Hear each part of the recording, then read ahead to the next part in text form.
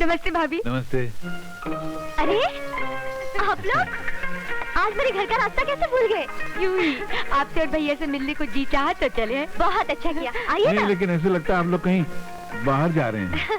हाँ, उनके साथ घूमने बाहर जा रही थी। लेकिन आप लोग आए हैं तो जाना क्या? अरे नहीं, आपको तो जाना चाहिए। नहीं, आप इतनी दूर से आए हैं, आइए ना। अरे हम लोग की परवाह मत करो, हम लोग भी आज बड़ी मुश्किल से घूमने निकले हैं। मुश्किल से?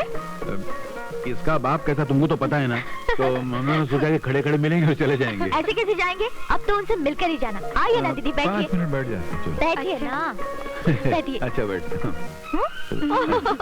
आप लोग बैठिए, मैं नाश्ता लेकर आती हूँ। बर्फी, ओ बर्फी। आई मैम साहब। सुन, हमारे रिश्तेदार आए हैं, उनके लिए नाश्ता लेकर आना। हाँ, मैं चाय बना कर लाती। कौन आया है रेमोना? मम्मी, अनिल की बहन और बहनोई आए हैं। ऐसे छोटे और गिरे हुए लोगों को अपना रिश्तेदार बनाने लगोगी ना तो हिंदुस्तान की आधी आबादी इस घर में होगी। आहिस्ता मम्मी, कहीं वो लोग सुन लेंगे तो क्या सोचेंगे? ऐसे भिखमंगों के दिल पर कुछ बीतती उठती नहीं है, समझी? ऐसे लोग जब किसी पैसे वाले के घर आते हैं तो कुछ मांग नहीं आते हैं। सुनो, 10-20 रुपए देके चलता करो इन्हें। ऐसे लोगों को आइंदा घर पे नहीं बुलाना, समझी? ऐसी होता है, किसी अमीर के घर कोई गरीब रिश्तेदार जाता है तो भिखारी समझा जाता है। मना किया था ना तुमको, और आना यहाँ पर।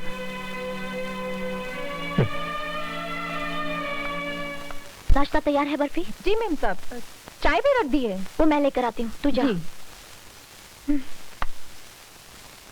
अरे कहाँ गए?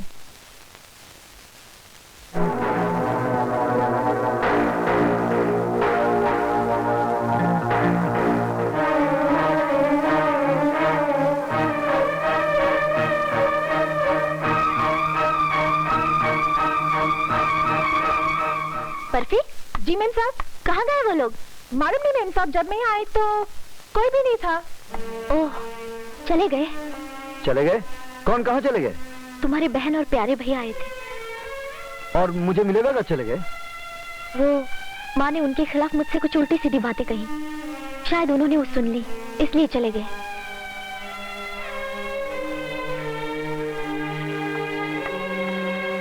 अरे छोड़ ना यार, तू भी जरा सी बात के लिए इतनी दूर से माफी मांगने चला है। ये जरा सी बात नहीं है।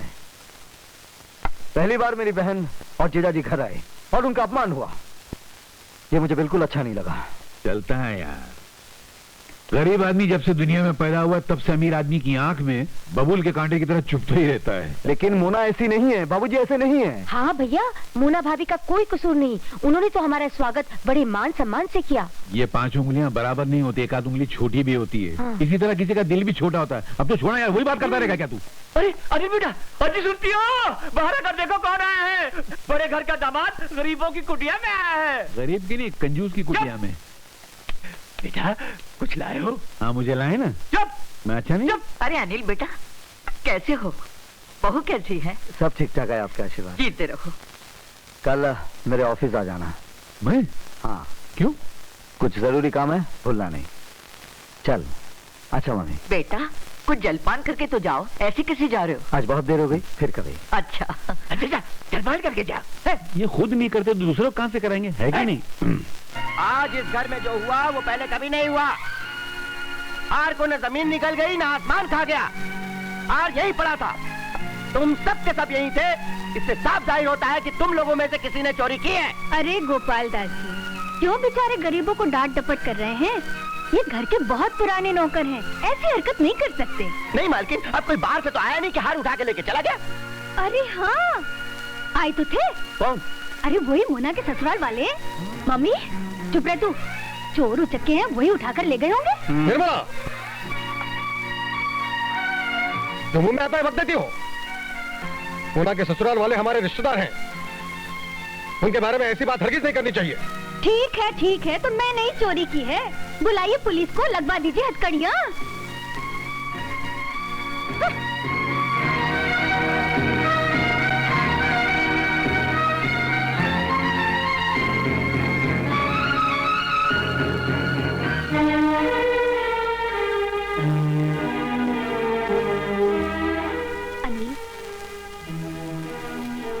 मोना, कहीं तुम्हें भी मेरी बहन और बहनें पर शक तो नहीं कि उन्होंने तुम्हारा नेकलेस चुराया है। कैसे बातें करते हो?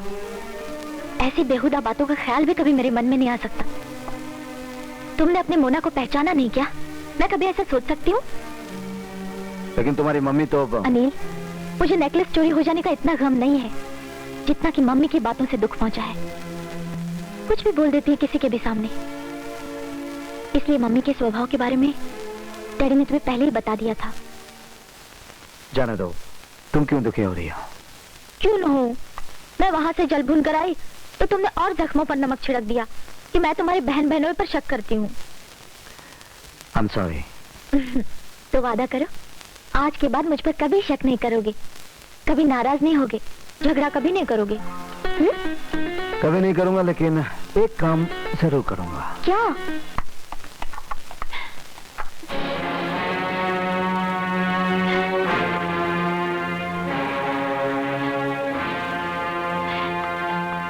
भैया,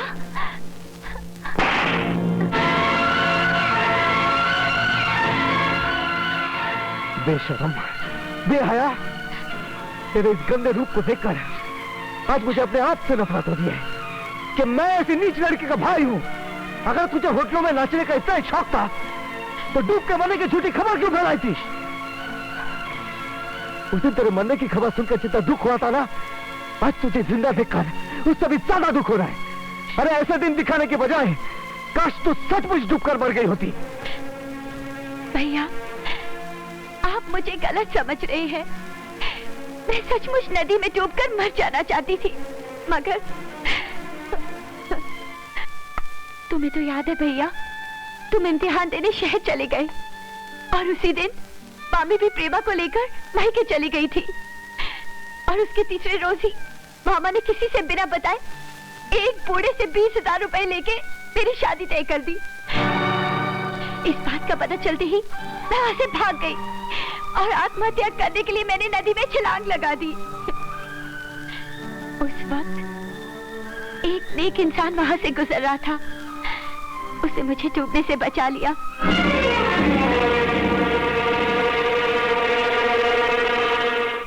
मेरी कहानी सुनकर उसको मुझ पर दया आ गई और उसने मुझसे शादी कर ली। लेकिन बदकिस्मती ने वहां भी मेरा पीछा नहीं छोड़ा और उनकी नौकरी छूट गई। लाख तलाश करने पर उन्हें कहीं काम ना मिला और ऊपर से हजारों का कर्ज। एक दिन कर्जदारों से तंग आकर वो कहीं चले गए और आज तक लौट कर नहीं आए। और मैं बदनसीब आज तक उनके इंतजार में जीवन काट रही हूँ।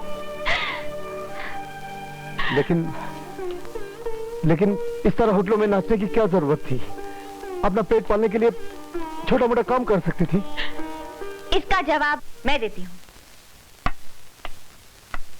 आप? मैं हूँ लीना शर्मा, इस होटल की मालकिन।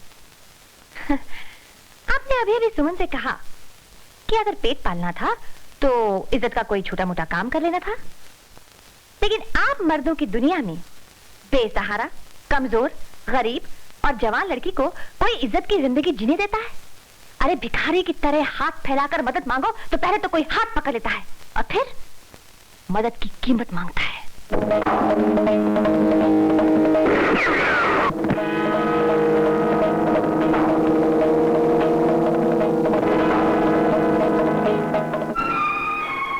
जब भी मुझे सुमन जैसी बेसहारा और शरीफ बच्ची मिल जाती है तो मैं उसे इन आबरू नोचने वाले गिद्धों से बचाकर यहाँ ले आती हूँ। उसे कला सिखाती हूँ, डांस करवाती हूँ, बेहयाई का धंधा नहीं करवाती।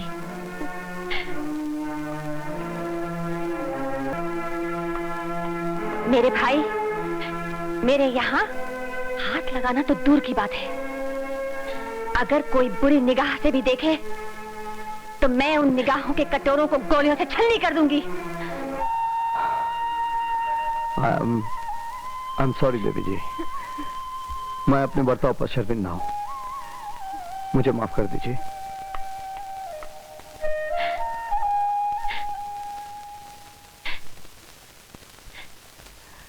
मुझे माफ कर दो सुमन। भैया,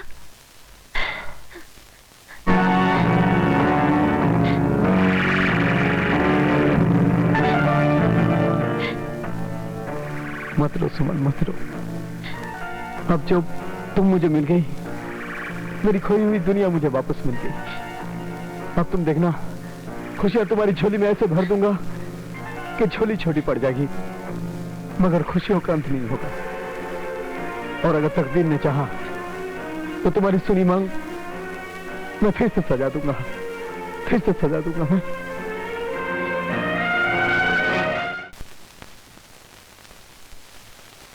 ये मेरे पति है भैया। खैर, अब यहाँ से चलने की तैयारी करो। नहीं भैया, मैं इस घर को छोड़कर कहीं नहीं जाऊंगी। कैसी बातें कर रही हो? हाँ भैया, अगर कल वो आ गए और मुझे घर पर न पाया तो जाने क्या सोचेंगे, कहाँ कहाँ ढूंढेंगे मुझे। इसीलिए भैया, जब तक वो नहीं आ जाते मुझे यही रहकर उनका इंतजार करना होगा। ठीक है, जैसी तुम्हारी मर्जी, लेकिन आज के बाद तुम होटलों में नहीं नाचोगी। इज्जत से घर में रहो। बहन के खर्च की जिम्मेदारी भाई के कंधे पर। ठीक है भैया। और एक बात, ये बात तुम अपने पति से कभी मत कहना कि उनका कर्ज उतारने के लिए या उनके प्यार के मंदिर को बचाने के लिए तुम होटलों में नाचती रही। क्यों? मैं उनसे झूठ क्यों बोलूं? इसलिए कि तुम जितनी सीधी और भोली हो, दुनिया उतनी भोली नहीं है। नाच के पेशे को समाज नफरत की निगाह से देखता है। समाज देखता होगा, मगर वो ऐसे नहीं है। उन्हें मुझ पर पूरा भरोसा है। जिद मत करो सुनो, मैं जो कहता हूँ वही करो। तुम्हें मेरी कसम। ठीक है बाबा, नहीं कहूंगी। इसमें कसम देने की क्या जरूरत थी? अच्छा, मैं चलता हूँ, अपना ख्याल रखना। ठहरिए भैया, तुम भी किसी से मत कहना कि तुम्हारी बहन होटलों में नाचा करती थी। क्यों? क्योंकि जैसे तुमने कहा, तुम्हारी शादी बहुत बड़े घर में हुई है, और अगर उन्हें पता चल गया कि तुम्हारी बहन होटलों में नाचा करती थी तो शायद उन्हें अच्छा नहीं लगेगा, और भाभी को भी नहीं अच्छा लगेगा। अरे नहीं सुमन, तुम्हारी भाभी वैसी नहीं है, तुम उसको नहीं जानती। नहीं भैया, जब तक मेरे पति मुझे नहीं मिल जाते तब तक उन लोगों को मेरे बारे में कुछ मत कहना, वरना मैं उनसे क्या कहूंगी कि मेरे पति कहाँ है और मैं इतने दिन कहाँ थी। नहीं भैया, तुम मेरे सर की कसम खाकर कहो कि तुम उन लोगों से कुछ नहीं कहोगे। अच्छा बाबा।